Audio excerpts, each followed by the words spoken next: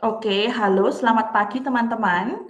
Hari ini kelas kita, kelas Data Science Information System, kita kedatangan tamu ya, guest speaker yang sebenarnya tidak asing mungkin buat saya karena ini juga alumni FTI teman-teman. Ya, alumni FTI yang mempunyai karir yang cukup bagus. Ya, kalau saya lihat sekilas CV-nya, jadi namanya adalah Ivana. Ya, Ivana ini angkatan FTI angkatan 2014.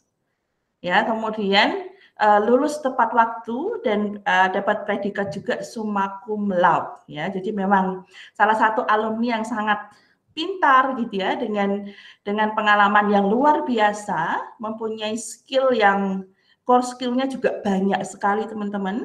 Dan yang lebih menarik adalah pengalaman kerjanya teman-teman ya. Nanti Ivana akan sharing gitu ya lebih lanjut mengenai pengalaman kerja. Ini kalau saya lihat ya beliau ini sudah pernah bekerja di Singapura ya. Jadi di sebagai IT operation support, kemudian ETL developer, ada business analyst gitu ya di Indonesia.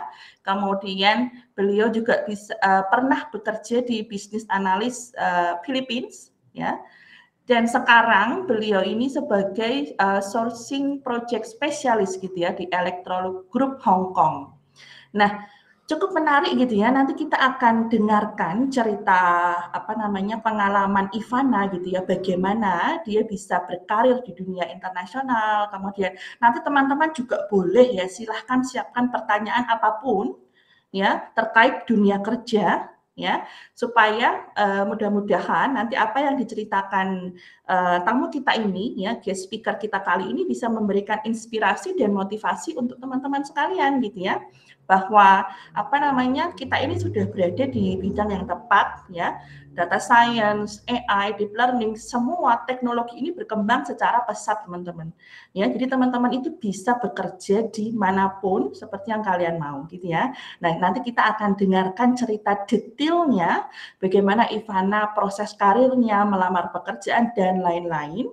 Ya, waktu dan tempat saya persilahkan. Ivana silahkan mulai bercerita. Jadi kita santai aja ya modelnya bercerita aja gitu. Ya, thank you Citin. Aku sebenarnya ada sedikit presentasi, tapi Boleh. untuk bikin lebih menarik lagi, mungkin lebih baik seperti yang dikatakan Citin, kita lebih interaktif lah. Jadi kalau misalnya teman-teman ada pertanyaan, jangan sungkan. Take all the opportunity to ask everything. Correct, Oke. correct ya, exactly because sometimes ya kita nggak tahu gitu kan, kita akan ketemu Ya. Ivana lagi kapan gitu kan, karena memang guest speaker kita ini ya cukup sibuk ya teman-teman, jadi teman-teman harus gunakan waktu sebaik mungkin, mumpung beliaunya ini ada waktu untuk kita diskusi gitu ya. Oke, Oke. silahkan. Let me share my screen. Let me know kalau misalnya teman-teman udah bisa lihat screen aku. Ya, udah bisa, kasih jempol Oke. teman-teman. Ya. Oke, selamat pagi teman-teman. Perkenalkan, nama saya Ivana, alumni angkatan 2014, jurusan Teknik Informatika. Pekerjaan sekarang sebagai sourcing project specialist untuk salah satu global leader home appliance company. Nanti saya akan sharing lebih detail lagi tentang pekerjaan saya, work experience saya, dan juga apa sih yang saya lakukan selama ini. Ada beberapa quotes yang selalu saya carry on, baik dalam hidup maupun karir, yaitu yang pertama adalah manners always make it meant. Dan yang kedua adalah tentang bagaimana disiplin dan result dan proses yang bisa kita adopsi secara bersamaan. Oke, berbicara tentang work experience, kalau saya nggak bakal jelasin sangat detail karena nanti sounds-nya kayak bercerita tentang Iya, CV. Jadi cuma bahasa ringan poin-poin, aja, bahasa yang ringan karena kan ada banyak istilah ya poin-poinnya. kayaknya. Mm-mm. Poin-poinnya aja. Jadi Mm-mm. awal mula karir saya sendiri adalah tahun 2024, waktu lulus pertama kali saya memulai karir sebagai IT Operation Support. Yang namanya Operation Support pasti teman-teman tahu apa yang kita kerjakan. Jadi mostly kita berbicara dengan customer, bantu mereka log tiket, insiden dan lain-lain. Jadi memang saat itu saya masih ada di level yang sangat basic sebagai IT grad students. Fast forward, saya mulai berkarir atau menapaki job yang baru, yaitu sebagai ETL developer, related dengan yang namanya database developer juga. Banyak tools yang dipakai saat itu, salah satunya SQL dan juga Oracle SQL dan Azure SQL. Long story short, mulai lagi karir yang baru related ke bisnis analis. Kenapa dari ETL developer saya beranjak ke bisnis analis? Karena saat di masa-masa menjadi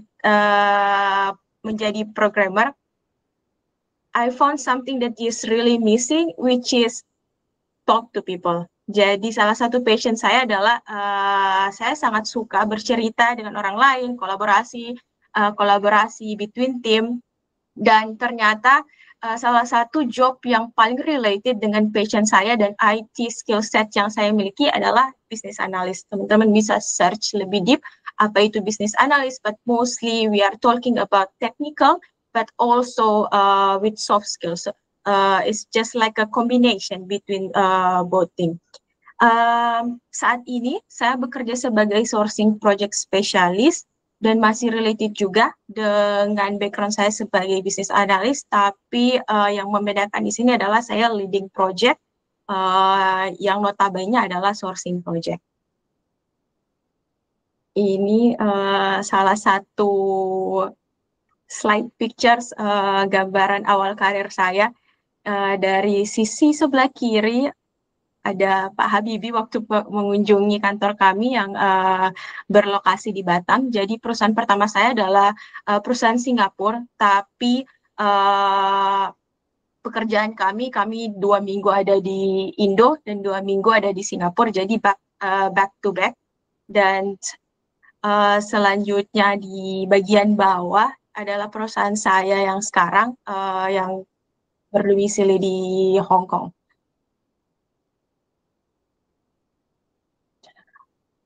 Terkait perusahaan yang sekarang, Electrolux Group, mungkin ada beberapa dari teman-teman yang tahu tentang Electrolux, mungkin masih ada yang belum familiar. Jadi kami adalah perusahaan manufaktur yang bergerak di bidang home appliance atau peralatan rumah tangga.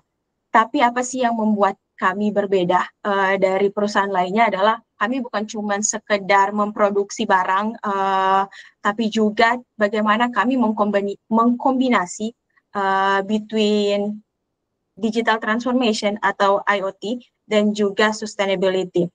Ada beberapa poin penting yang kami adopt, yaitu yang pertama yaitu smart appliance, bagaimana kami bisa membuat produk yang bisa istilahnya memudahkan konsumer.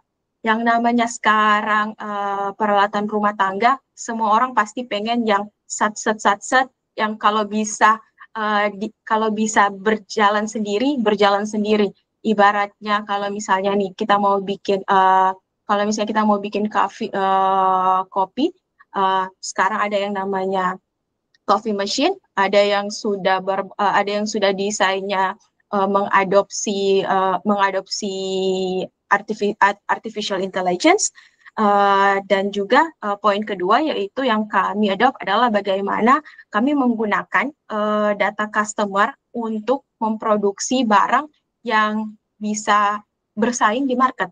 Dan selanjutnya adalah tentang sustainability. Jadi perusahaan kami ini adalah perusahaan yang selalu mengadopsi inovasi teknologi yang istilahnya hemat energi. Untuk sekarang, departemen yang saya duduki adalah Departemen Center of Excellence. Nantinya kalau misalnya teman-teman memulai pekerjaan, apalagi di dunia IT, pasti akan familiar dengan yang namanya Center of Excellence. Istilah singkatnya adalah departemen ini adalah departemen yang berdiri sebagai jembatan, menjembatani berbagai sub-sub departemen yang ada. Dan yang membuat kami berbeda adalah bagaimana kami fokus dalam kolaborasi dan fokus bagaimana untuk mengimplementasi digital transformation. Jadi kalau misalnya yang tadi Citin bilang, teknologi ini berkembang sangat cepat, yes it is very very fast, dan kenapa harus ada yang namanya Department Center of Excellence di semua company, karena akan menjembatani dan bagaimana cara kita mentransformasi perusahaan agar bisa bersaing di market nantinya. Anyway, itu cerita singkat tentang work experience, tentang pekerjaan saya yang sekarang. Waktu diminta Citin buat mengisi guest speaker hari ini, it is very very exciting because menurut saya ada beberapa hal penting yang selama ini saya belajar dan yang saya refleksi juga sembari saya berkarir. Yaitu yang pertama adalah bagaimana sih atau di mana sih seharusnya kita memulai. Kadang-kadang kita berpikir bahwa untuk membangun karir, bagaimana cara kita membangun karir, tapi kita lupa tentang pertanyaan di mana kita harus memulai. Which is why yang pertama adalah teman-teman harus bisa mengetahui passion kalian di mana. Cari tahu apa yang membuat kalian senang dalam dunia perkuliahan, cari tahu apa yang membuat kalian selalu semangat untuk belajar. Contohnya data science, machine learning, which is a very high demand topic right now, yang menurut saya harus teman-teman explore lebih banyak lagi, karena AI mendominasi, machine learning membantu membuat semua pekerjaan lebih mudah. So everything that excites you, combine it with your interest and then also with the skill yang kalian miliki saat ini. Poin yang kedua adalah cari tahu plus poin kalian. Jadi sebelum kalian berkarir, sebelum kalian membangun karir, cari tahu apa sih yang membuat kalian excited. Tanya ke diri kalian 3 poin pertanyaan ini, yaitu yang pertama adalah project apa yang paling kalian kuasai. Pasti sangat familiar dengan dunia perkuliahan di FTI yang tiap mata kuliah pasti ada project, dan menurut saya semasa saya kuliah, it is very helpful karena membangun portofolio saya sebelum saya menapaki dunia pekerjaan. Karena yang namanya new graduates, pasti kita nggak punya experience, pasti kita masih selalu mengantongi title fresh graduate. Jadi semasa kalian masih kuliah, apapun project yang kalian lakukan itu, cari tahu poin apa yang paling kalian kuasai. Contohnya kalau misalnya kalian merasa kalian paling plusnya di data analitik, atau kalian paling plusnya di bisnis analitik, tetapkan itu dan coba explore atau coba develop lagi. Yang kedua adalah area apa sih dalam IT yang bikin kalian penasaran, yang bikin kalian pengen belajar lagi. To be honest, buat aku sekarang yang bikin paling aku penasaran adalah yang related ke pekerjaan aku adalah bagaimana AI bisa membantu membuat semua pekerjaan yang istilahnya manual bisa di-automated. Dan itu adalah salah satu proyek yang sementara kami kerjakan di departemen kami, yaitu mengadopsi digital transformation buat membantu teman-teman dalam departemen kami, istilahnya buat doing less manual work. Dan yang ketiga adalah saat kalian mencari tahu plus point kalian, cari tahu juga atau tetapkan juga achievement apa yang bikin kalian bangga pada diri sendiri. Jadi kalau misalnya kalian ambil mata kuliah subjek contohnya data science, achievement apa sih yang saya dapatkan dalam mata kuliah ini? Nah, itu yang harus kalian tekankan juga. Karena itu yang akan membantu kalian mengidentify, mendevelop strength kalian. Yang ketiga adalah terkait set the goal dan bagaimana selalu berkonsistensi. Setting a career sangat related dengan yang namanya goal dan sangat related juga yang namanya konsistensi. Jadi semasa kalian masih kuliah sekarang, walaupun kalian masih istilahnya memilih mata kuliah apa yang yang menurut kalian paling menarik, yang ingin kalian adapt, coba mulai dari sekarang untuk set the goals. Istilahnya setelah kalian lulus dari FTU KSW, kalian mau dapat pekerjaan seperti apa? Software engineer, what else? Java developer, AI expert, or business analyst. Jadi mulai dari sekarang kalian bisa mulai list goal kalian setelah kuliah seperti apa. Dan mulai juga dengan konsistensi, dengan daily habit, bagaimana kalian bisa merge goal tersebut. Karena yang namanya goal, namanya mimpi itu nggak bisa datang sendiri, jadi itu harus selalu dijemput. Lastly is when we are talking about passion is also always talk about bagaimana cara mengambil resiko dan selalu open buat perubahan. Dunia IT adalah dunia yang sangat fast forward, yang fast pace, yang selalu berubah, dan kalau misalnya kalian stuck dan nggak mau untuk berkembang, kalian bakal ketinggalan. Jadi always stay hungry, curious, and then always be adaptable with the change. For example, waktu aku mulai kerja sebagai IT operation, selama kurang lebih 1,5 tahun, aku melihat bahwa diriku sangat stuck dan tidak ada challenge, which is why kenapa aku masih di company yang sama, tapi ada posisi yang baru, aku coba apply untuk posisi ETL developer.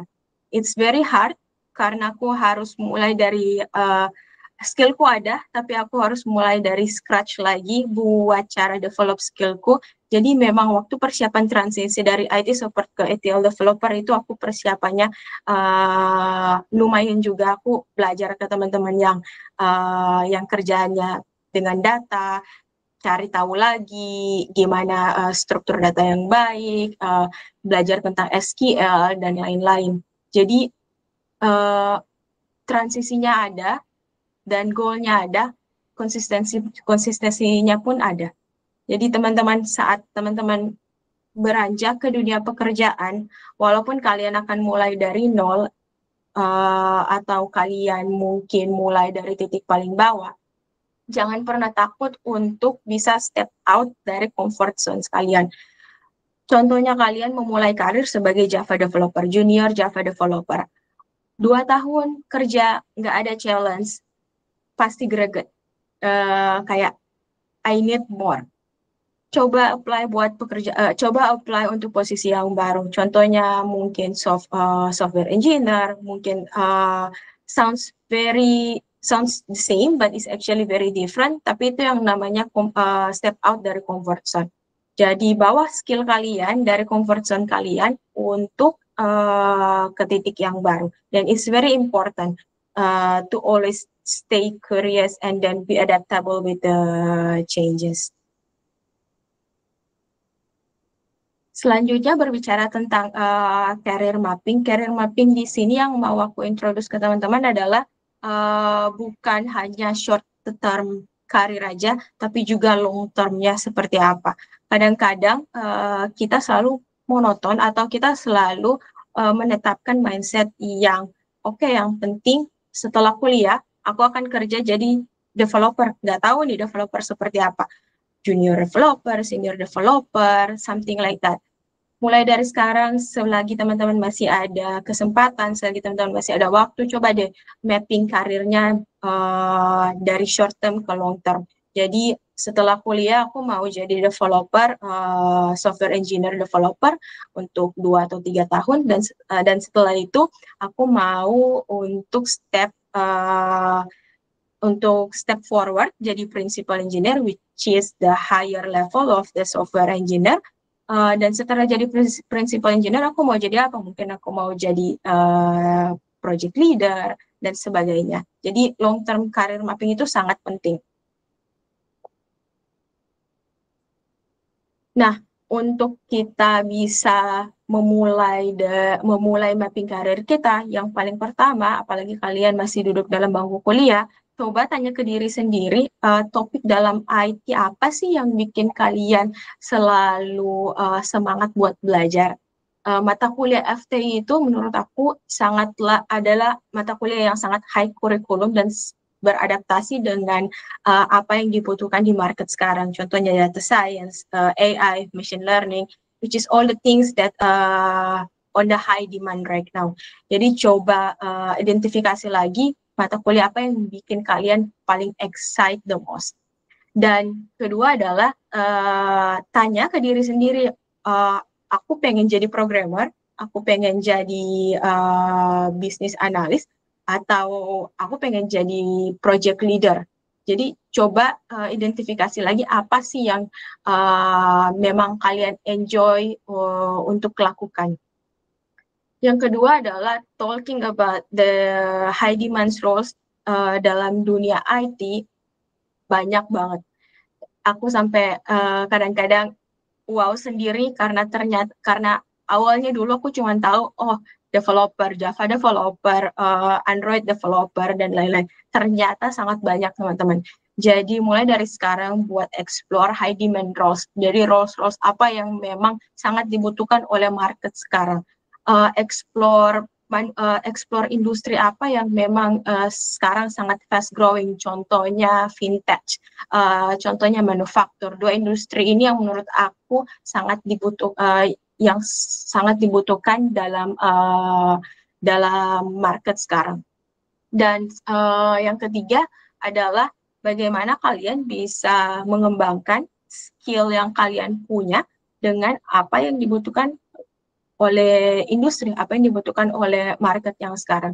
Dan berbicara tentang skill itu bukan cuma terkait technical skill, which is coding, data analitik, dan lain-lain, tapi juga itu berbicara tentang soft skill kalian. Jadi bagaimana kalian bisa mengcombine between technical dan soft skill. Nanti akan aku jelasin lebih jelas lagi apa sih yang namanya technical, apa sih yang namanya soft skill, dan bagaimana dua skill ini harus berjalan bersamaan, nggak bisa cuma jalan sendiri-sendiri. Dan yang ketiga adalah dalam proses career mapping kalian, coba kembangkan, coba develop portofolio kalian dari sekarang. Mungkin untuk tahun kedua, kalau misalnya aku nggak salah ingat, di FT itu banyak yang ada yang namanya kegiatan dari LK Hackathon. Ya, hackathon atau lomba-lomba IoT, Programming ya, hackathon. Programming ya, hackathon seperti itu. Jadi coba buat apply, sign up sebagai partisipan. Mungkin belum menjadi pemenang, which is it's okay, tapi saat kalian apply sebagai partisipan, itu akan membuat portofolio kalian makin akan meng-highlight portofolio kalian nanti saat kalian step into the job market. Dan contoh lainnya adalah dengan project dalam dunia kuliah, apapun itu, sekecil apapun project yang kalian lakukan dalam dunia kuliah, taruh itu dalam CV kalian, taruh itu dalam resume kalian. Dan lastly, internship. Internship itu kadang-kadang orang suka bilang gini, internship itu bukan real job, which is not correct. A job is a job. Mau itu real, mau itu nggak real, it's a job. So internship is a job. Dan dalam dunia IT sendiri, berbicara tentang internship, kalian pasti akan assign real project. Kalian pasti akan dibawa terjun ke dalam project yang dibutuhkan oleh company. Bukan cuman istilahnya, intern mungkin cuman pivot table atau collecting data dan lain-lain. No. Apalagi kalian adalah anak FTU KSW yang terkenal background IT-nya, internship job will bring your level up saat kalian step into the company. Dan yang terakhir adalah bagaimana kalian harus selalu mempunyai rasa ingin tahu dan ready to the future. Jadi jangan pernah stop untuk belajar, dan jangan pernah stop untuk explore dan adapt with the new things. Kadang-kadang saat memasuki dunia pekerjaan, waktu kita sudah memiliki posisi yang enak nih, contohnya gajinya enak, benefitnya enak, dan di situ kadang-kadang kita stuck dan tidak mau mendevelop diri kita lagi, which is incorrect. Jadi waktu kalian step ke dunia karir nantinya, never stop learning. Belajar hal-hal yang dibutuhkan saat ini, belajar hal-hal yang memang high demand, again high demand on the market, karena itulah salah satu cara bagaimana kalian akan nantinya bersaing di luar nanti.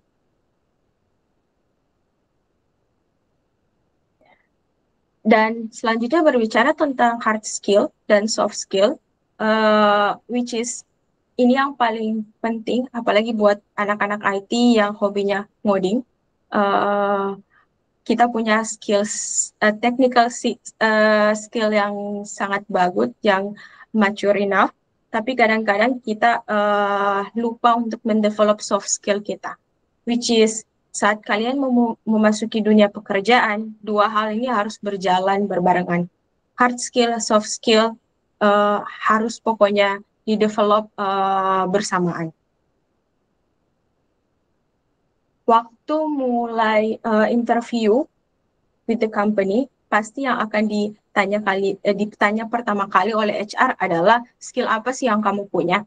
Disitulah kalian harus memulai meng-highlight, oh hard skill aku adalah contohnya aku bisa aku sangat mahir dalam Java, SQL, Azure, dan lain-lain.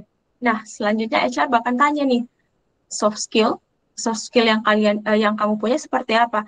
Disitulah inilah yang menjadi salah satu nilai plus kalian, yaitu soft skill yang kita bicara di sini adalah bagaimana kalian bisa berkolaborasi, bagaimana kalian bisa berkomunikasi dengan orang lain, dan bagaimana kalian bisa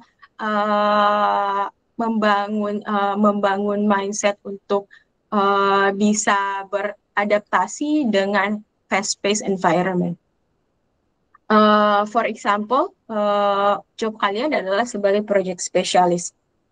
Otomatis hard skill yang kalian punya adalah kalian punya yang namanya data analytics skill set. Also bagaimana kalian bisa build project plan, timeline, dan time framework, dan lain sebagainya. Nah, soft skill yang harus kalian miliki adalah bagaimana kalian bisa berkolaborasi dengan tim lain, bagaimana kalian bisa berada di tengah untuk resolve konflik. Karena di dunia pekerjaan itu is not always about doing things, but it's always also about communicating with other people. Dan disitulah soft skill tumbuh, atau disitulah soft skill sangat dibutuhkan. So, which is why salah satu hal yang aku belajar dari mentor aku adalah hard skill akan membawa kamu untuk di-hire oleh company, karena itu skill set yang kamu miliki, yang kamu adopt, yang kamu punya. Tapi soft skill akan bawa kamu untuk bisa berkembang dan bisa leading. Tadi saya sempat berbicara tentang bagaimana career mapping dari contohnya Java developer ke principal engineer. Untuk dari Java developer ke principal engineer, which is one level up, bukan hanya hard skill aja yang dibutuhkan, tapi juga soft skill dibutuhkan bagaimana kalian bisa leading tim kalian. Karena principal engineer itu notabene adalah project leader juga. So, from now on, coba untuk bangun hard skill, tapi juga coba untuk cari tahu apa soft skill kalian dan develop soft skill kalian juga. Karena dua hal ini akan sangat dibutuhkan saat kalian step into the real job. Lastly, udah berbicara panjang lebar tentang career mapping, udah berbicara panjang lebar tentang hard skill, soft skill. Gimana sih cara buat apply kerja? Ada salah satu trik yang aku adopt sampai sekarang adalah aku selalu mencoba untuk approach the hiring team. Karena menurutku apply di job platform aja lewat LinkedIn, lewat company website atau dan sebagainya platform yang sudah ada is not always enough, karena kadang-kadang di dalam platform job itu mereka udah pasang istilahnya filter lah. Jadi kalau misalnya kamu experience-nya 1 sampai 2 tahun, mungkin kamu nggak keterima.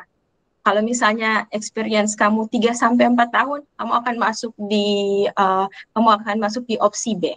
Kalau misalnya experience kamu lebih dari 5 tahun, oke, kamu ada di posisi A. Dan itulah cara bagaimana HR mengkontak kalian pertama kali. Kalau misalnya kalian apply lewat job platform. Makanya itu salah satu hal yang aku adopt saat aku cari kerja adalah approach the hiring team, approach the HR. Dan LinkedIn adalah salah satu platform bagaimana kalian bisa membangun networking dengan HR dari company tersebut. Contohnya kalian mau nih buat apply ke Grab. Oke, Grab Departemen Digital Transformation. HR-nya siapa? Cari di LinkedIn, pasti dapat. Dan they are always there to help you, dan is always open. Menurutku mereka sangat open karena mereka juga selalu posting job apa yang available sekarang di departemen A, departemen B. Dan yang kedua adalah start the roles like intern. Jangan malu untuk nantinya kalau misalnya kalian lulus dan role pertama kalian adalah intern atau role pertama kalian adalah junior developer atau seperti aku dimulai dari IT support. It's a beginning, but it's going to lead you somewhere. Dan yang ketiga adalah sama dengan di slide sebelumnya adalah bagaimana kalian membangun portofolio kalian dari project apapun yang pernah kalian lead, yang pernah kalian handle. Dan yang selanjutnya adalah coba highlight hard skill dan soft skill kalian. Jadi waktu kalian bikin CV nih, jangan cuma taruh hard skill kalian panjang lebar dari poin 1 sampai poin 10, soft skill-nya cuma 2.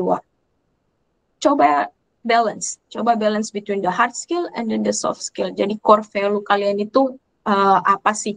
Apa yang membuat kalian unik? Apa yang membuat HR bisa interest buat approach kalian? Lastly is jangan pernah menunggu untuk siap, karena we will never be ready. Kalau misalnya kalian selalu mindsetnya, oh aku belum siap nih buat apply ke Gojek karena Gojek requirement-nya sangat high qualification. Apply. It's not hard to apply. Dan itu salah satu hal yang aku selalu tanamkan ke diriku sendiri adalah why not? It's only applying the job. You just go to the company website, apply the job, that's it.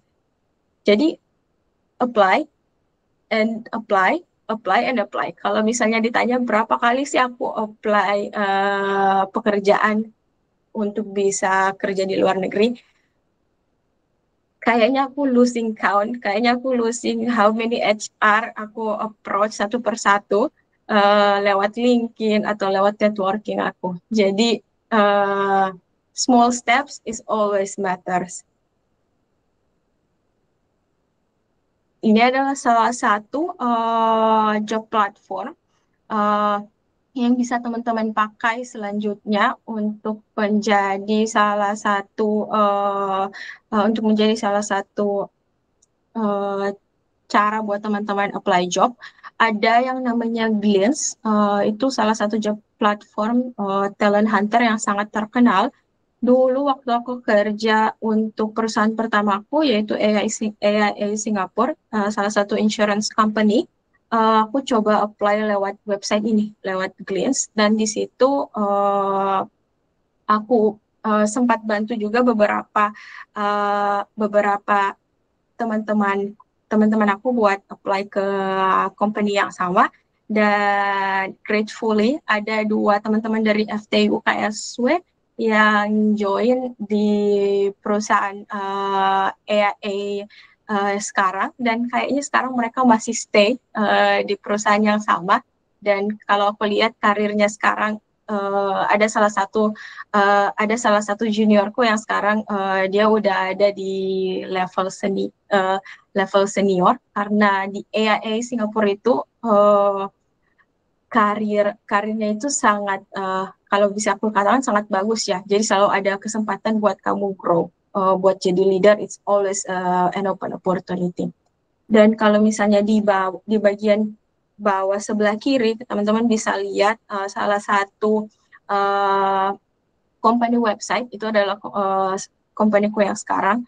Jadi jangan cuma terpatok untuk apply lewat LinkedIn atau apply lewat job platform, tapi coba deh ke company website, karena di situ mereka punya juga list-list down job opportunity atau job vacancy yang sementara dibuka.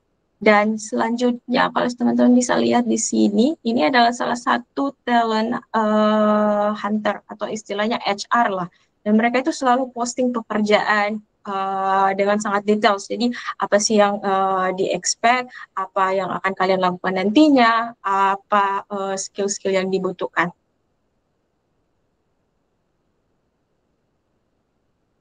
Nah, kadang-kadang yang menjadi salah satu overburn point buat fresh graduate adalah bagaimana kita bisa overcome the high job requirement. Karena yang namanya fresh graduate, kita pasti belum punya job experience yang wow, atau yang lebih banyak dari teman-teman yang sudah bekerja kurang lebih 1 atau 3 tahun.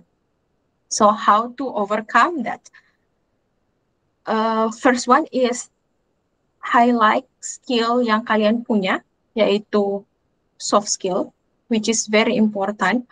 Dan yang kedua adalah kembali lagi buat experience, develop experience kalian lewat internship, lewat bootcamp, dan lain-lain.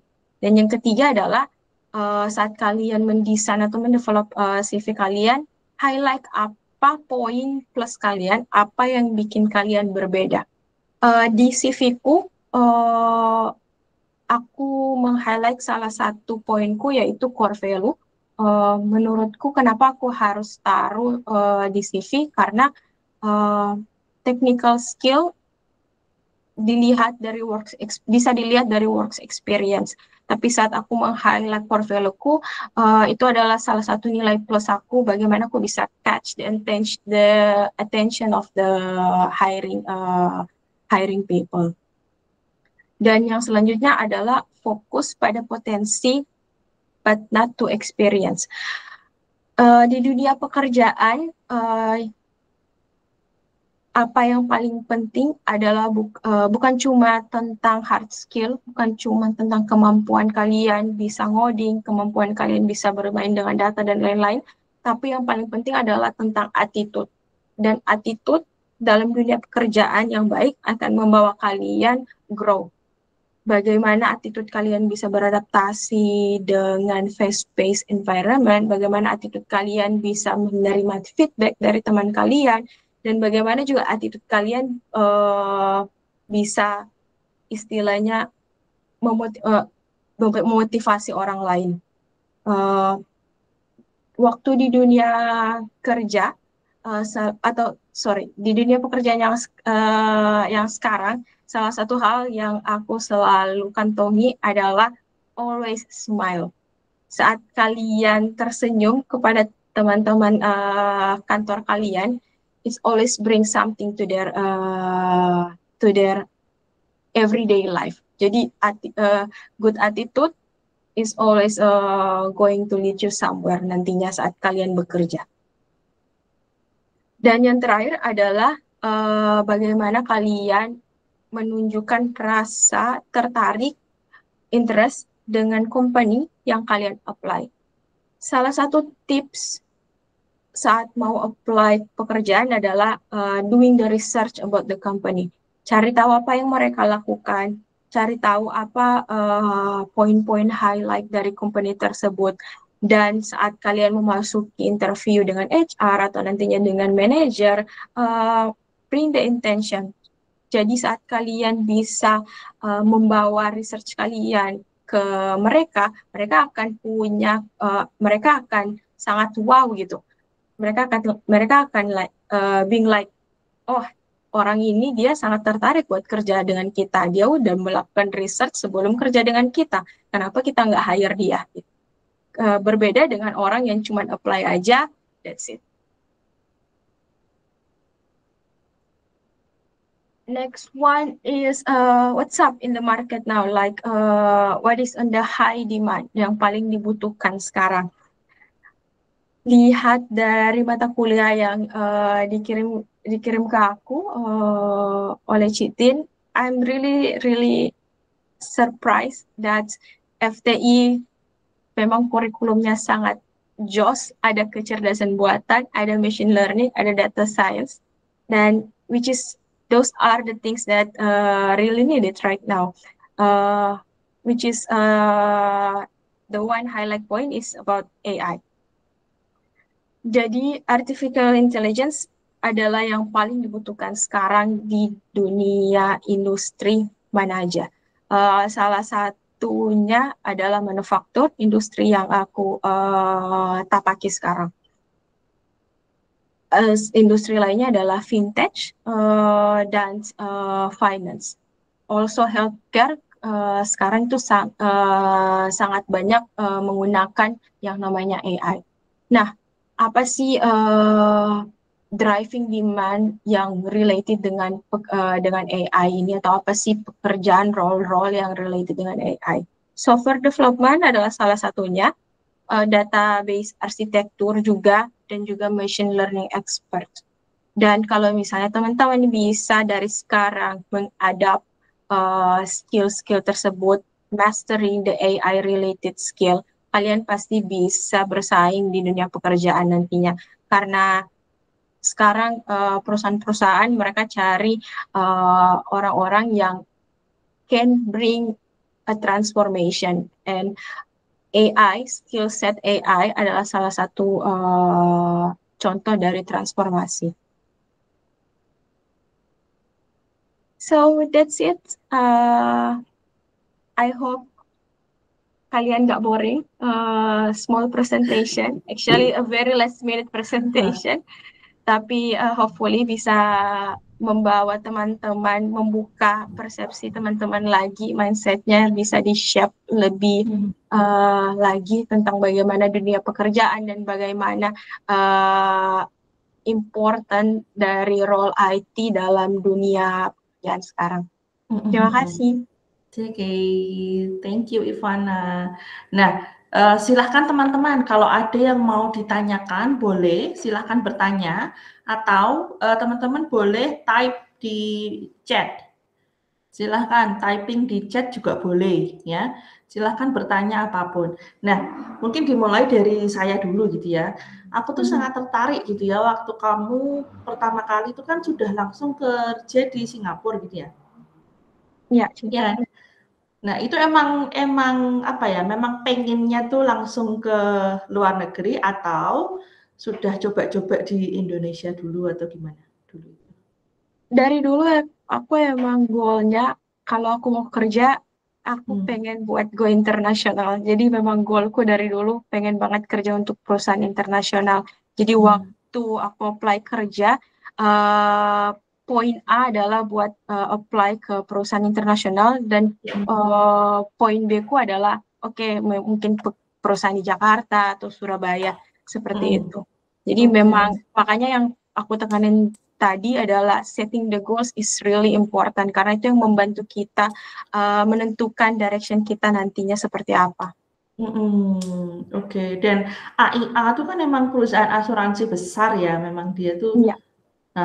Nah, apa namanya, proses seleksi awal itu menurutmu apa dia dulu itu? AIA sendiri kalau bisa dikatakan waktu pertama kali, karena aku notabene kan waktu itu aku kerja 2 minggu di Singapura, 2 minggu di Indonesia, base-nya itu di Batam. Mungkin sekedar background aja, di Batam itu ada yang namanya Digital Park yang sekarang sangat dikenal. Dulunya itu baru dimulai kalau nggak salah tahun 2020 kalau nggak salah itu baru mulai booming-boomingnya. Jadi Digital Park yang lokasinya di Batam ini mereka meng-hire talent-talent anak-anak Indo untuk kerja buat perusahaan di Singapura. Jadi memang kerjanya itu akan 2 minggu di Singapura, 2 minggu di Batam. Dan untuk AIA sendiri pada saat aku join, mereka itu baru banget buat base di Batam. Jadi hanya ada 2 roles yang mereka buka saat itu, yaitu IT Operation dan Java Developer. Untuk Java Developer, requirement-nya sangat high, dan untuk fresh graduate saat itu aku merasa aku belum bisa buat step untuk roles tersebut. Jadi aku memang mulai dari IT operation, dan thankfully waktu kerja di AIA itu selang 1,5 tahun ada opportunity buat step ke posisi yang baru. Nah, berbicara tentang requirement-nya sendiri, untuk IT operation atau sendiri waktu itu aku melalui 3 proses hiring. Jadi yang pertama adalah interview dengan hiring timnya, which is yang tadi aku bilang lewat teman-teman dari Glints, mereka adalah talent hunter. Dan yang kedua aku interview dengan hiring dengan HR dari company tersebut, dari AIA. Dan yang ketiga aku interview dengan manajernya. Tidak ada technical test, tapi ada yang namanya psikologi test seperti itu. Oh, I see. Ya karena kan kebanyakan mahasiswa ya, Ivana, kadang tuh mereka berpikir kalau, aduh saya tuh nggak pintar pemrograman. Iya. Saya tuh nggak tahu apa Java, nggak tahu Python, nggak ngerti ini gitu kan. Apalagi ini relate ya sama anak-anak apa sistem informasi SI. Nah, coba kasih tips buat mereka bahwa ternyata di dunia kerja itu ya tidak melulu soal pintar bahasa pemrograman. Coba kalau dari ya. Jadi mungkin kalau misalnya teman-teman tahu sekarang waktu kita berbicara tentang IT, nantinya kita akan kerja jadi programmer, kita akan kerja jadi software engineer. No, dunia IT itu sangat luas, dan berkaca dari latar belakangku yang aku memulai dari IT operation dan selanjutnya ke ETL developer, di situ aku mencari tahu apa sih passion aku. Jadi sementara waktu aku menjadi ETL developer, mulai ngoding lagi, aku cari tahu lagi nih apa sih passionku sebenarnya. Ternyata passion aku adalah aku suka banget nih ngobrol dengan orang lain. Aku pengen leading team, which is why lead me to the business analyst. Dan business analyst membawaku sekarang ke leading a project as a project leader. Jadi pekerjaan di IT itu bukan cuma tentang engineer aja, tapi tentang analytical, also ada project management ada dan sebagainya. Jadi mulai explore dari sekarang apa yang kalian mau dan apa yang memang jadi high demand di market. Kalau misalnya kalian memang plus poinnya atau minatnya di coding, mungkin kalian mau jadi software engineer. Kalau misalnya kalian passionnya itu dengan data, bermain dengan data, coba deh explore tentang data science, data analytics, seperti itu. Oke. Menarik banget ya cerita Ivana tadi dari awal sampai akhir. Nah, tentunya ketika kita mau berkarir di dunia internasional ya salah satunya adalah bahasa Inggris. Iya. Nah, coba kasih tips buat anak-anak ini coba bahasa Inggris speaking gitu. Waktu masih kuliah, aku lupa apa namanya yang ada di UKSW, tapi di UKSW itu ada learning language, LTC, dan LTC. LTC. Aku sempat ambil kursus LTC, mungkin ada sekitar 1 atau 2 tahun untuk ambil kursus itu. Karena menurutku kalau misalnya goalku pengen dikerja buat perusahaan asing, otomatis English skillku itu harus ada juga. Dan disitulah aku memulai dengan taking the course dan listening to the podcast. I will say also apapun yang bisa membuat aku bisa Englishku bisa improve, dan sekarang aku masih mengimprove Englishku juga karena professional English dan day to day English is very different ya. Jadi day to day coba gunakan bahasa Inggris, berkomunikasi, traveling is always helpful also. Oke. Ya, jadi memang ini ya, memang mau nggak mau, suka nggak suka, ya harus bahasa Inggris tuh kuncinya gitu Iya, ya. benar. Apalagi kalau kita memang mau serius gitu ya, berkarir di profesional gitu ya, di company internasional. Bagaimana kita mau berkomunikasi kalau kita nggak bisa bahasa. Dan bahasa itu bisa dijadikan nilai plus ya buat diri kita sendiri, apalagi kalau memang sampai sudah certified gitu ya English-nya. Iya. Nah, oke, mungkin kita pancing lagi gitu ya, anak-anak ini mungkin lagi malu-malu ya, biasanya mahasiswa itu kan terlalu pasif ya, nggak begitu aktif gitu loh. Tapi saya cukup yakin mereka tuh mendengarkan kok. Ya, walaupun sambil tiduran, sambil makan gitu, tapi mudah-mudahan mereka juga mendengarkan gitu ya. Nah, coba share tentang ini, pengalaman range salary, menurutmu gimana? Range-nya saja, mungkin dari awal karir gitu ya, karena terkadang gitu ya, bahkan di dunia industri gitu kan saya nggak tahu ya, levelnya tuh sebenarnya bisa sampai mana sih yang dikejar gitu. Karena kan tentunya kalau saya kan di dunia pendidikan gitu ya, kita akan kejar sampai ke level profesor gitu katakanlah.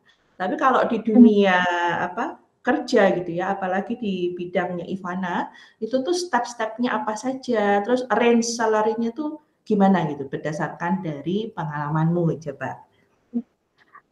Ada 2 hal yang aku pelajari mengenai range salary. Yang pertama adalah di mana kalian bekerja dan posisi apa yang kalian apply. Setauku untuk Jakarta, Surabaya, untuk Jakarta dan Surabaya, untuk range salary-nya itu, untuk starting point itu dulu waktu pertama kali aku mulai kerja itu ada di 4,5 juta. Oke, Ada di 2018. Sorry, 2018. Ada di 4,5 juta itu starting point untuk fresh grad. Mungkin sekarang UMR-nya naik, tapi itulah yang jadi starting point-nya. Kenapa aku bilang untuk job posisinya juga sangat penting waktu kita melihat dari segi range salary, karena contohnya untuk IT support, kalian mungkin akan mulai dari range bawah dulu, dan developer itu range salary-nya lebih tinggi pastinya. Take for example 5,5 juta atau 6 juta lah untuk starting point. Ya, kalau teman-teman memang interest buat mendevelop starting salary kalian, coba deh explore salah satu talent platform yang aku share tadi, yaitu yang namanya Glints. Itu mereka yang base-nya di Batam. Coba explore pekerjaan yang ada di sana, karena itu perusahaan internasional dan mereka starting salary-nya itu sangat tinggi, dan UMR Batam juga sangat tinggi. Dan menurutku kerja di Batam itu sangat bisa membantu kalian untuk go internasional, karena kalian bekerja untuk perusahaan asing dan perusahaan Singapura. Nah, siapa sih yang nggak siapa sih yang nggak tahu Betul. gimana culture kerja untuk perusahaan Singapura. Mhm. Batam is not fancy as Jakarta, but it's a starting point to go for international level. Mhm. Nah, mungkin di standarnya Batam itu sekitar berapa range salary-nya? Dan posisi apa? Kasih contoh aja.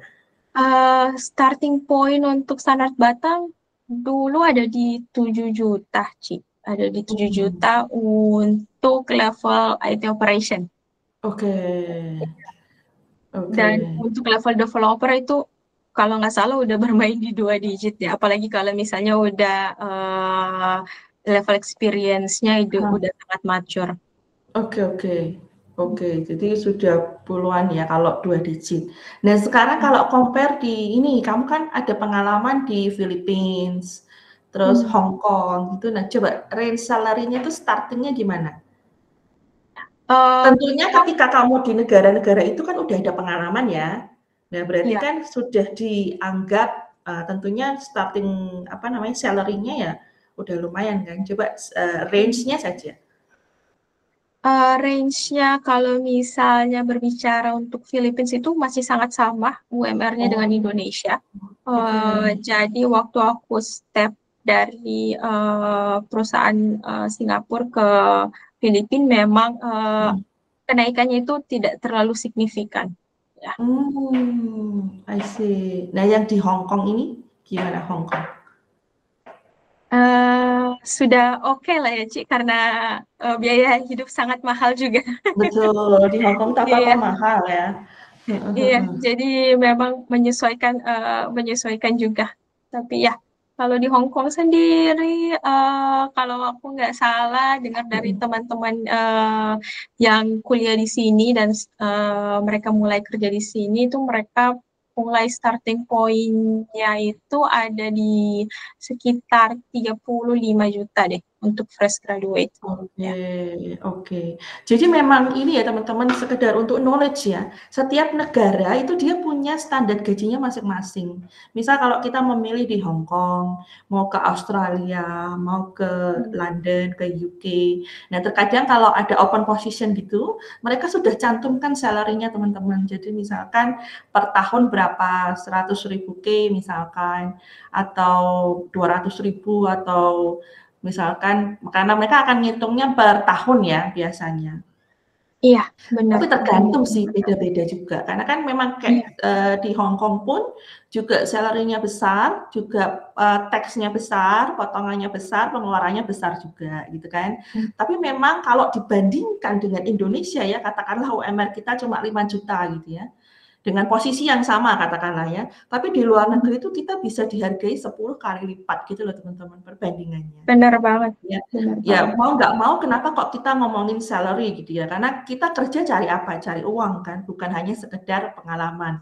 Tentunya kita juga mencari pengalaman iya, knowledge iya, tapi kan salary juga penting gitu ya.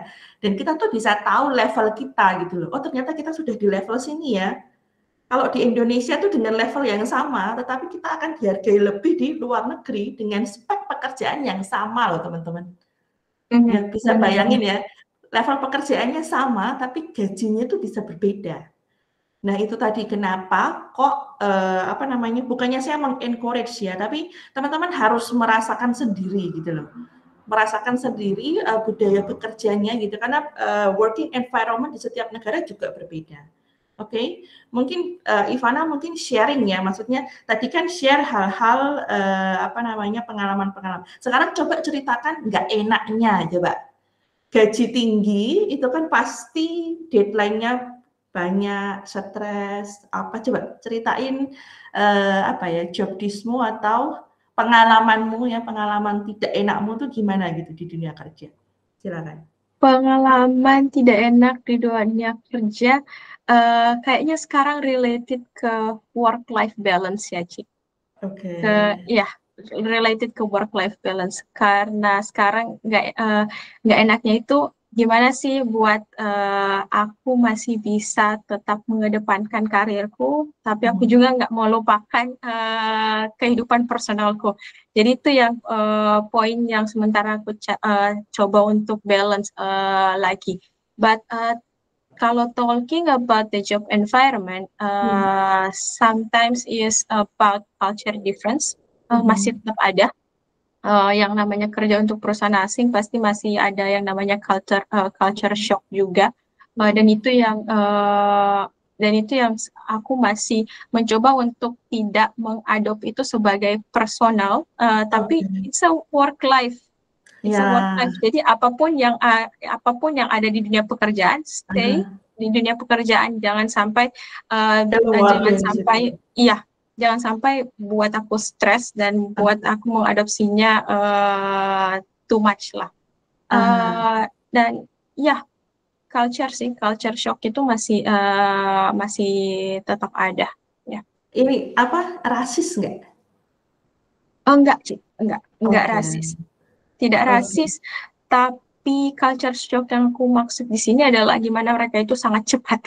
Jadi apa-apanya itu sat. Apalagi kita posisinya duduk dekat dengan China.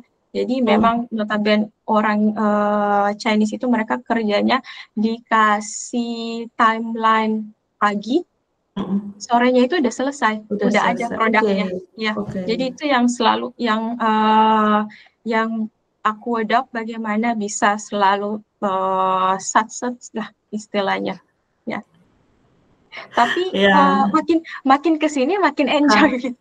Ya karena kita terbiasa ya, kita menyesuaikan dengan working environment yang ada gitu kan. Benar. Ya. Oke, jadi lebih passionate gitu. Oh ternyata gini ya, working for a fast-paced environment. Ya, jadi ini relate ya sama saya dulu ketika kuliah 4 tahun gitu ya, saya sempat kerja setahun juga di Taiwan. Budayanya udah ikut ya, sat-sat gitu kan.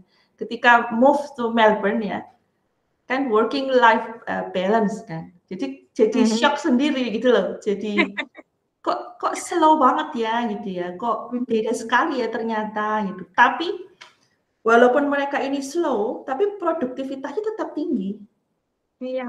Nah, itu yang aku pelajari ya ketika aku berpindah dari satu negara ke negara yang lain tuh ternyata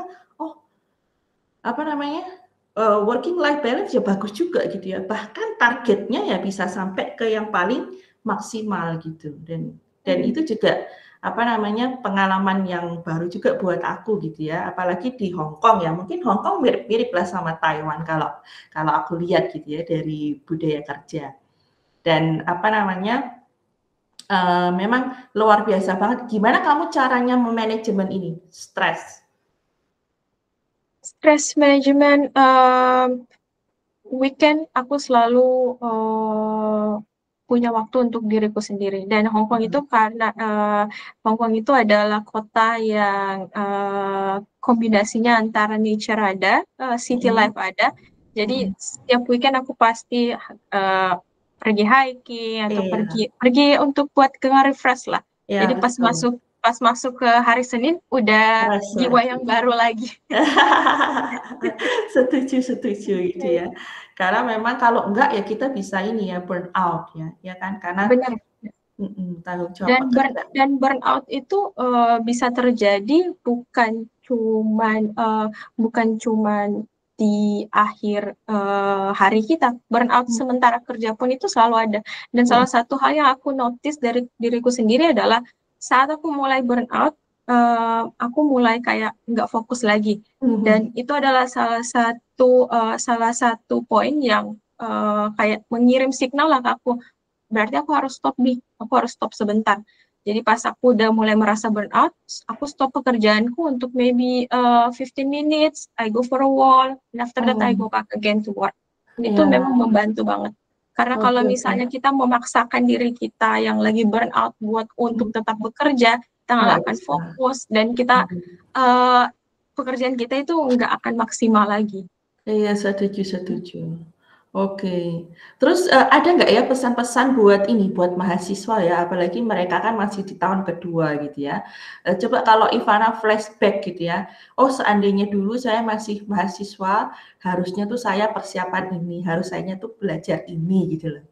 supaya nanti ketika di dunia kerja kamu itu udah jauh lebih siap tadi. Karena kan ternyata ketika kita kuliah dan di dunia kerja itu memang hal yang sangat berbeda banget ya. Iya, benar banget. Seandainya Ivana bisa mempersiapkan lebih awal itu tuh kira-kira apa? Nah, itu yang wejangan atau nasihat lah untuk anak-anak ini nih. Coba silakan. Tips dan advice dari aku adalah kalau misalnya bisa flashback hal yang akan aku lakukan sementara aku kuliah adalah aku akan set realistic goal. Goal setelah aku mau kuliah itu aku mau jadi apa. Dulu aku setting goal ada, cuman goal yang aku setting itu hanyalah short term aja. Jadi aku nggak berpikir untuk long term kalau masih goals. mahasiswa tuh kan masih bingung ya Ivana, ngerti nggak sih? Bener sih, bener Cik. Bener banget. Tapi malahan waktu kita masih jadi mahasiswa, kita masih mempunyai waktu untuk memulai dari scratch. Mau cari tahu apa sih yang kita passion, apa sih yang skill yang kita punya, dan bagaimana nantinya skill dan passion kita ini bisa membawa kita berkembang di dunia pekerjaan nantinya. Jadi itu yang akan aku lakukan, setting the goal but very very clear dengan apa yang kita mau. Jangan cuman aku mau setelah kuliah mau jadi developer, tapi aku nggak tahu ini harus jadi developer apa gitu. Iya. Jadi memang teman-teman itu ya pesannya ya teman-teman. Jadi dimulai dari sekarang gitu ya. Jangan ditunda-tunda nanti. Enggak, mulai dari sekarang. Khusus bahasa Inggris dari sekarang. Ya kan? Mulai set goal dari sekarang. Mulai dari kerjakan tugas-tugasmu itu dengan serius gitu ya. Yang semuanya bisa dikompil jadi portofolio pengalamanmu. Kegiatan organisasi, kegiatan apapun di perkuliahan itu bisa jadi portofoliomu dan itu ditulis rapi lah di dalam sebuah resume gitu. Nah, kamu bisa show off nanti ketika kamu akan interview kerja gitu kan. Ada nggak pengalaman interview kerja yang mendebarkan gitu buat kamu, atau ada pertanyaan yang nggak bisa kamu jawab gitu, terus gimana? Ada Ci, ada. Tapi mungkin salah satu cerita menarik buatku bukan tentang interview kerjanya, tapi waktu bagaimana aku pikir aku udah keterima kerja. Terus? Jadi dulu waktu ada di masa transisi buat apply ke perusahaan yang baru dari AIA, aku sempat apply ke Tokopedia. Aku apply ke Tokopedia, aku udah pass all the test, jadi memang tinggal menunggu offering letternya aja. Dan waktu aku dapat offering letter via email, dibilang aku keterima nih. Tapi 1 jam kemudian aku di chat sama HR-nya, katanya mereka salah kirim. Jadi ada 2 nama Ivana. Jadi itu yang kayak nggak mungkin ada 2 nama Ivana dengan nama dan nama last name yang sama. Jadi itu salah satu cerita yang kayaknya aku nggak bakal lupa. Gimana aku tahu aku udah keterima, tapi ternyata aku nggak keterima kerja. Dan ini yang menjadi salah satu starting pointku yang waktu aku benar-benar nggak keterima kerja, aku yang kayaknya aku mungkin nggak meet the expectation, mungkin aku nggak ada value-nya. Aku sempat berpikir seperti itu, tapi and then aku coba lagi cari tahu apa sih yang aku miss gitu, apa sih yang buat aku apa sih yang aku miss, dan apa sih yang harus aku kembangkan lagi nantinya waktu aku mau interview untuk pekerjaan yang lainnya. Berikutnya selanjutnya. Oke. Jadi memang ada banyak hal yang bisa terjadi ya di luar ekspektasi kita, betul nggak sih? Benar banget, Cik. Nah, terus kalau tadi menurut cerita Ivana juga, kamu sudah mengalami rejection mungkin puluhan kali gitu ya, atau lebih. Banyak banget. Nah, tentunya kamu akan merasa down atau merasa, ih kok nggak dapat kerja ya gitu ya. Mungkin ini nanti akan relate sama teman-teman yang, oh ternyata cari kerja itu susah ya, ngerti nggak sih? Di dalam negeri aja susah, apalagi di luar negeri gitu loh. Nah, apa tipsnya gitu ya buat anak-anak ini gitu, ketika nanti berada di posisi yang sama gitu, mendapatkan rejection berkali-kali? Advice-ku adalah always take a rejection as a step, like a stepping stone. Karena belum tentu kalian ketolak, karena kalian nggak punya value-nya, itu it's just mean that opportunity yang cemerlang itu belum aja sampai sekarang. Iya, Dan oke. jangan pernah sungkan untuk apply dan apply. Betul betul. Aku nggak tahu lagi ada banyak sudah berapa banyak CV yang aku kirim ke hiring manager, ke HR, ke job platform, tapi di situ aku cuma apply aja. Mungkin dari 10 CV yang aku kirim, cuma 1 nih yang masuk. Why not? Dan kalau misalnya nantinya kalian dapat pekerjaan tersebut, jangan istilahnya jangan pilih-pilih dulu deh, karena itu adalah starting point. Ambil aja dulu. Ambil aja, gali banyak-banyak ilmu dari pekerjaan pertama kalian, apa yang bisa kalian dapatkan, ambil semua, dan itu yang akan kalian kantongi untuk nantinya kalian step forward again. Setuju ya, dan terkadang juga ini ya, rejection gitu ya, ketika kita ditolak teman-teman, itu bukan berarti kita tidak bagus loh ya, bukan berarti kita nggak punya skill ya, cuman mungkin saja ya, ada hal yang memang kita belum memenuhi gitu ya, mungkin belum cocok sama pekerjaan tersebut, tapi bukan berarti kita itu tidak bagus gitu loh. Ya, karena kan ketika apa namanya rekrutmen kerja itu ada banyak hal yang dinilai, ada banyak hal yang dilihat. Apalagi kalau memang saingannya atau aplikannya itu ada banyak banget gitu. Ya, jadi jangan patah semangat gitu ya, jangan berkecil hati ya. Tetap apa namanya setuju dengan Ivana kalau kita ya akan berusaha lagi gitu ya, belajar lagi bagaimana kita bisa improve diri kita sendiri gitu ya, sampai suatu saat gitu ya, ketika berkali-kali reject ya kita akan keterima juga kok, tenang aja, gitu kan? Iya. Jadi selalu belajar dari interview A apa yang hal-hal yang kamu harus improve. Interview B apa hal yang kamu harus improve. Selalu belajar dari setiap interview yang kamu jalani. Itu kuncinya.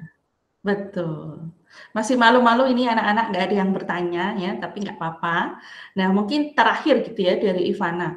Setelah ini gitu ya, kamu nih planning-nya apa Ivana? Setelah ini, hal apa yang mau kamu capai? Goal-nya apa?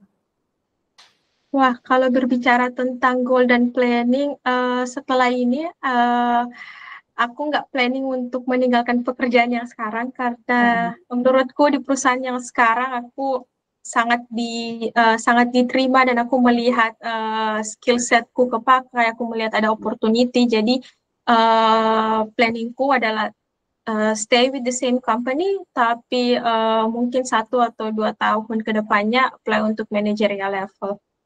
Oke, tapi tetap di perusahaan yang sama gitu ya. Intinya Tetap di kalau perusahaan yang sama. masih ada jenjang yang bisa diraih lah di perusahaan tersebut gitu kan. Belum mantap. Oke. Nah, mungkin ada pesan-pesan terakhir nggak untuk ini anak-anak ini? Silahkan Ivana, sebelum kita pesan terakhirku dan pesan paling minimalis adalah mulai aja dulu. Mulai aja dulu. Betul. Jangan takut, Terkadang karena ya nanti itu sangat gitu ya penting. terkadang. Benar. Ya. Mulai aja dulu, jangan takut, set the goal dan show up every day. Oke, ya teman-teman, mudah-mudahan apa namanya pertemuan kita kali ini membawa insight point of view yang berbeda gitu ya, dan semoga mudah-mudahan ya memberikan motivasi untuk teman-teman gitu ya, di dunia kerja itu seperti apa, memberikan gambaran gitu ya. Nah nanti kalau memang masih ada pertanyaan teman-teman boleh apa namanya kontak Ivana langsung, saya sudah share kontak personnya gitu ya. Nanti Ivana juga dibantu ya kalau seandainya ada alumni-alumni FTI yang mau cari kerja gitu kan. Karena link itu kan penting, ya kan? Link itu penting. Kita sudah punya alumni FTI di Hong Kong nih, gitu kan. Mungkin suatu saat nanti akan ada juga FTI alumni yang melamar pekerjaan di tempatmu, gitu kan. Nah, tolong dibantu, gitu ya. Nah, nanti kan kita akan saling membantu, gitu ya, sesama alumni FTI dimanapun kita berada, gitu ya, di seluruh dunia. Ya, mudah-mudahan nanti kita bisa apa namanya bertemu lagi, gitu kan, dengan membawa nama baik FTI tentunya ya. Kita cukup bangga ya.